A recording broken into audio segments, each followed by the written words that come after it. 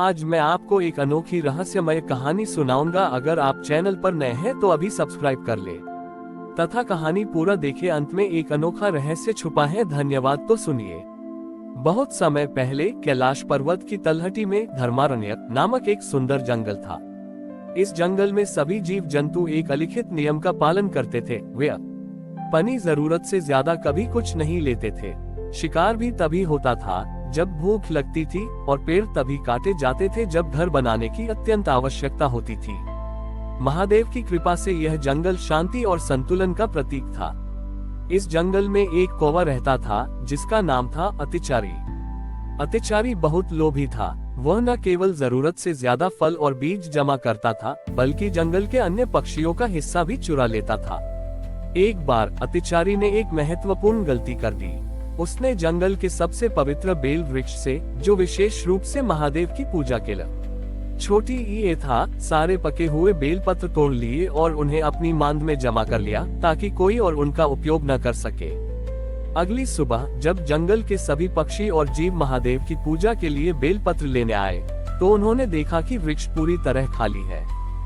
सबको पता चल गया कि यह काम अतिचारी का है। क्रोधित होकर सभी जीव महादेव के पास पहुंचे और अतिचारी की शिकायत की। महादेव अपने आसन से उठे और गंभीर स्वर में बोले, अतिचारी ने केवल बेल पत्र नहीं चुराए हैं, बल्कि उसने विश्वास और धर्मारण्य के संतुलन को भंग किया है। इसका निर्णय यहीं जंगल में होगा। महादेव ने स्वयं एक साधारण ऋषि का वेश धारण किया और सभी जीवों के साथ अतिचारी की मांद के पास पहुंचे। अतिचारी डर के मारे अपनी मांद में छिपा हुआ था। ऋषि महादेव ने आवाज लगाई, हे अतिचारी, बाहर आओ। तुमने जो किया है उसका दंड तुम्हें मिलना चाहिए। अतिचारी डरते डरते बाहर निकला। ऋषि ने उससे पूछा, तुमने अपनी आवश्यकता से अधिक और दूसरों के लिए आरक्षित बेलपत्र क्यों चुराए? अतिचारी ने झूठ बोला, हे गुरुदेव, मैंने सोचा कि शायद रात में कोई जंगली जानवर इन्हें बर्बाद कर देगा, इसलिए मैंने उन्हें सुरक्षित कर लिया। ऋषि मुस्कुराए और बोले, तुम्हारे मन में सुरक्षा का भाव कम और लोभ का भाव अधिक था। मैं तुम्हें 2 दंड देता हूँ। महादेव ने अतिचारी को 2 अनोखे दंड दिए। तारांकन, प्रथम दंड, भविष्य का भ्रम। आज से तुम्हारे लोभ के कारण जब भी तुम किसी फल या बीज को खाओगे तो तुम्हें वह सामान्य नहीं लगेगा। तुम्हें हमेशा ये भ्रम रहेगा कि कोई दूसरा फल उससे ज्यादा मीठा या बेहतर है। तुम हमेशा एक चीज से दूसरी चीज की ओर भागोगे पर कभी संतुष्ट नहीं हो पाओगे। तारांकन, द्वितीय दंड, अंग शुद्धि। तुमने अपने मुख से झूठ बोला और अपने पैर से चलकर चोरी की। अब से मैं तुम्हारे मुख और पैरों को यह वरदान देता हूँ कि वे अब कभी लोभ के कार्य में उपयोग नहीं होंगे। तुम्हारे मुख से अब केवल सत्य निकलेगा और तुम्हारे पैर अब केवल सेवा के लिए चलेंगे। ये कहकर महादेव ने अपना ऋषि वेश त्याग दिया और अपने दिव्य रूप में प्रकट हुए। महादेव ने अतिचारी को समझाया, ग्रेटर देन अतिचारी, ये दंड नहीं बल्कि तुम्हारे स्वभाव का शुद्धिकरण है। तुम्हारा लोभ तुम्हें भीतर से जलाएगा पर तुम्हारा मुख और पैर अब तुम्हें सही मार्ग दिखाएंगे। तुम अब सत्य मुख कौवा कहलाओगे। Greater than. ये सुनकर अतिचारी पश्चाताप से भर उठा। उसने तुरंत सारे बेलपत्र बाहर निकालकर अन्य जीवों को लौटा दिए। महादेव के आशीर्वाद से अतिचारी कौवे ने लोभ त्याग दिया और वह सत्यमुख कौवा बन गया। उसने अब केवल उतने ही फल खाए जितने आवश्यक थे और वह अपने पैरों का उपयोग पूरे धर्मारण्य में सत्य और न्याय का संदेश फैलाने के लिए करने लगा। इस कहानी से यह शिक्षा मिलती है कि लोभ व्यक्ति को भले ही अस्थायी सुख दे पर अंततः वह असंतुष्टि की ओर ले जाता है और महादेव का न्याय हमेशा दंड के साथ साथ शुद्धिकरण का मार्ग भी प्रदान करता है। महादेव के अनोखे न्याय और आशीर्वाद से अतिचारी अब सत्यमुख कौवा बन चुका था। उसके मुख से अब केवल सत्य निकलता था और उसके पैर अब केवल सेवा और न्याय के मार्ग पर चलते थे, पर उसके मन का लोभ जनित असंतोष अभी भी पूरी तरह से शांत नहीं हुआ था। लोभ का दंड अभी भी प्रभावी था। वह जो भी खाता उसे कभी संतोष नहीं मिलता था और उसे हमेशा लगता था कि कुछ बेहतर कहीं और है। सत्यमुख कौवा ने अब अपना जीवन पूरी तरह से धर्मारण्य की सेवा में समर्पित कर दिया। वह अपने पैरों से जंगल के विवादों का समाधान खोजने जाता और अपने मुख से झूठे आरोपों का पर्दाफाश करता। एक दिन धर्मारण्य के उत्तरी छोर पर एक बड़ा सूखा पड़ गया। नदी का बहाव कम हो गया और पेड़ पौधे सूखने लगे। इस संकट के समय यह जंगल के जीवों में आपसी संदेह और कलह पैदा हो गया। हर कोई सोचने लगा कि किसी ने पानी छुपा लिया है। सत्यमुख कौवा को इस अशांति को देखकर बहुत दुख हुआ।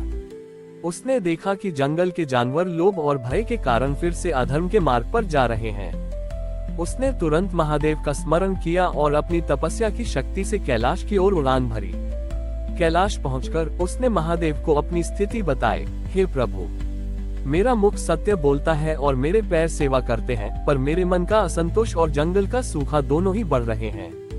ये सूखा मेरे पुराने लोभ के पाप का विस्तार लगता है। मुझे मार्गदर्शन दीजिए। महादेव, जो ध्यान में थे, धीरे से मुस्कुराए और बोले, ग्रेटर देन, हे सत्यमुख कौवा, तुम्हारा दंड अभी पूरा नहीं हुआ है। तुम्हारा असंतोष इसलिए बाकी है क्योंकि तुमने अपने लोभ को केवल बाहर नियंत्रित किया है, भीतर नहीं।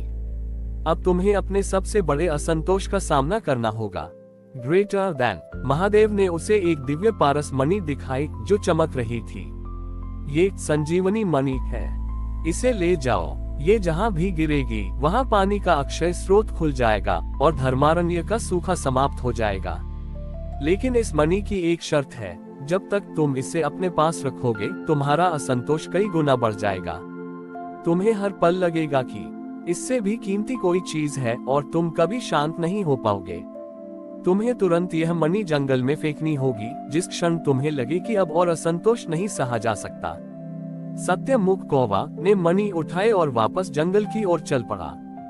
जैसे ही मणि उसके पंजे में आई, उसे भयानक असंतोष महसूस हुआ। उसे लगा कि यह मणि तो सिर्फ एक पत्थर है, असली धन तो कहीं और छिपा है। उसका लोभ उसे भटकाने लगा। वह मणि को कहीं और छिपाने और पानी के स्रोत को अपने लिए आरक्षित करने की सोचने लगा। यह आंतरिक संघर्ष चरम पर था।